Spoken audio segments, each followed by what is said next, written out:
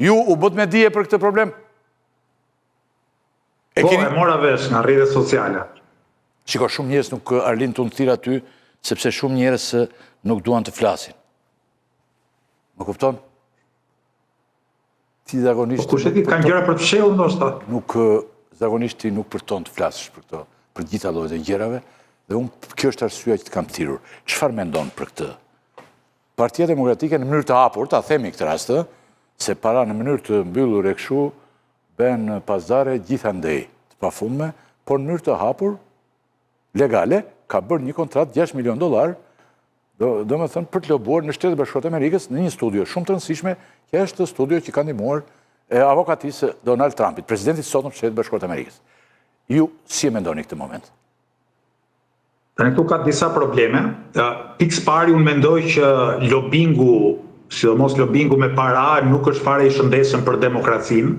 Është një mënyrë e gërryerjes dhe e korruptimit të demokracisë në vendet e zhvilluara, lere më në vende si Shqipëria. Unë besoj te një politikë ku partitë politike marrin mbështetje autentike nga qytetarët dhe përfaqësojnë besnikërisht interesat e tyre. Problemi i dytë ka të bëjë me shumën jashtëzakonisht madhe të parave, $6 milion mos gaboj, dhe çdo qytetari në Republikën e Shqipërisë i lind pyetja, ku gjenden këto para? Kush janë këta donator bujar që japin një partie politike në Shqipëri $6 milion për të bërë lobing.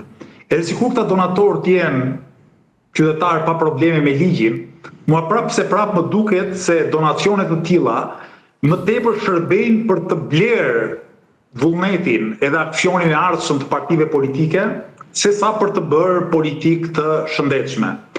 Nga ana tjetër, unë dua të vendos në antitezë me çfarë ndodh në Shqipëri, jo vetëm rastin e Partisë Demokratike, sepse kjo doli sheshit, por gjërat të gjashme ka bërë edhe Partia Socialiste. Kujtoni se si zoti Rama ka paguar lobist për të dalë në fotografi me ish presidentin Obama, që dhe për mua diçka e tillë ka qenë e papranueshme. Mirpo, dua ta vendos në kontrast këtë praktikë me atë që ne bëjmë në lëvizjen bashkë.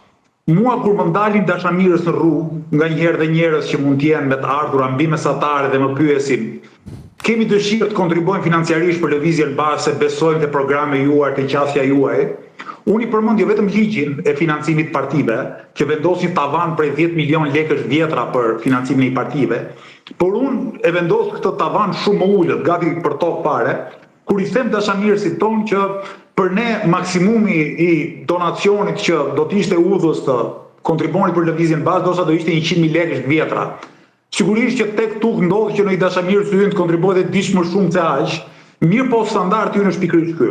Politika me minimumin e shpenzimeve, me maksimumin e transparencës dhe me nxitjen e solidaritetit qytetar.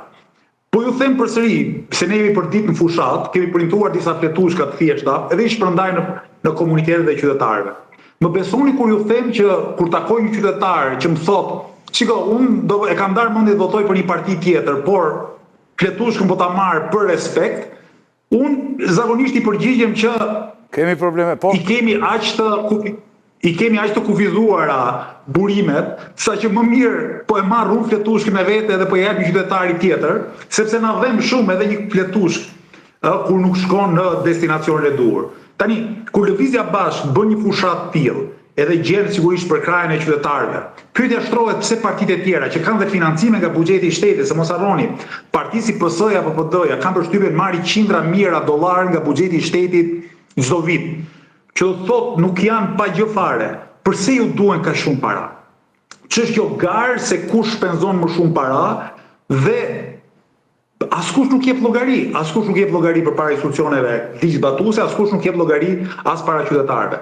Për mendimin tim kjo smundje është më e gjerë se fatkeqësisht se Partia Demokratike dhe Partia Socialiste, sepse ajo që kanë vënë ditë e fundit është që edhe partitë sapo krijuara shpenzojnë shuma të paarsyeshme. Dol një raport se si një parti tjetër e re që shpenzuar $20.000 apo euro më duket në një muaj për sponsorizime në Facebook. Tani si ka mundësi them, ku i gjejnë parat këta? Mund dalë dikush dhe të thotë unë jam biznesmen dhe hedh parat e mia. Por prapë dhe kjo nuk bën sens. Se personat Arlin do të jemi pak të kaloj pak unë bëj një pyetje avokatin se mund edhe Lalës. dhe të largohen ata nga që do të jenë në lidhje dhe bashkë do vijojmë minutat tjera.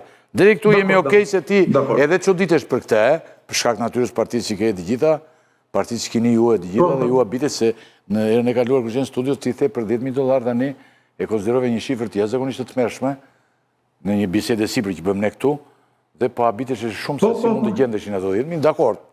E kuptova, por ndërkohë të pyes këta dy unë. Edhe do vijojmë dhe bashkë. Do thoni ju, Edi Rama i pi vera aq dollar, dakor? Tani të kalojmë. Ajo që po thosha është që ne na duhet vërtet një politikë komplet ndryshe nga kjo që kemi parë deri më sot. Lobimi nuk mund të jetë një alternativë demokratike, blerja e influencës përmes lobuesve dhe përmes parave që askush nuk e di se kush i jep, është vërtet e patolerueshme. Nuk e di, më dëgjoni se nuk... Po, okej, dëgjoj. Ti nuk dëgjon. Vazhdoj. Jo, jemi okej. Po ju dëgjoj. Nuk ju shikoj, po ju dëgjoj. Kështu që shqisa e dur funksionon. Po ju thoshe që na duhet politikë vërtet ndryshe nga ajo që kemi parë deri më sot. Partitë politike në Shqipëri një pjesë të parave të vjedhura, një pjesë të parave të vjedhura e reinvestojnë pikërisht për t'i bërë makjazh fytyrës së tyre. Këtu pajtojnë kompani marketingu, blejnë lloj-lloj ekspertësh dhe në fund fare sigurisht përdorin edhe lobimin. Unë shpresoj shumë që t'jetë afër dita ku përfaqësuesit politikë në Shqipëri të jenë me dinjitet, të mos paguajnë para as për foto, as për shtrëngim duarsh, as për 2 rreshta mesazh nga ndonjë përfaqësues i shteteve tjera apo institucioneve ndërkombëtare dhe ta kthejnë vëmendjen nga Shqipëria. Politika e vërtet bëhet në Shqipëri, politika autentike bëhet me qytetarët. Ne në Lëvizjen Bashkë kemi zgjedhur këtë lloj politike, që është të jetë modeste në mjetet, të jetë modeste financiarisht, por shumë e pasur një ide edhe jashtëzakonisht e fortë dhe e angazhuar në territor. Partive tjetra ka përshtypje ju ka perënduar koha edhe këto janë gjestet e fundit dëshpëruara sa të partisë që është në pushtet dhe që ka 12 vite që qeveris, aq edhe të partisë ende më të madhe të opozitës parlamentare. Po gjithsesi unë jam shpresë plot se pas 11 majit në Shqipëri do të ketë një opozitë të re të vërtet me potenciale të jashtëzakonshme dhe kjo opozitë kam bindjen se do të përfaqësohet më së miri nga Lëvizja Bashkë.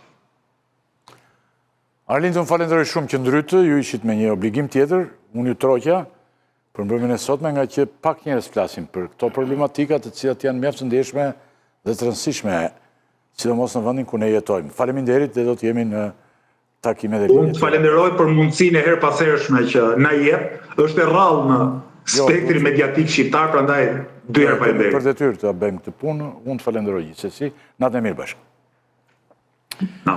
Ne tani do të kemi fare shkurt publicitet dhe rikthehemi me të ftuarit e mi në studio dhe ndonjë ndërhyrje të avokatit.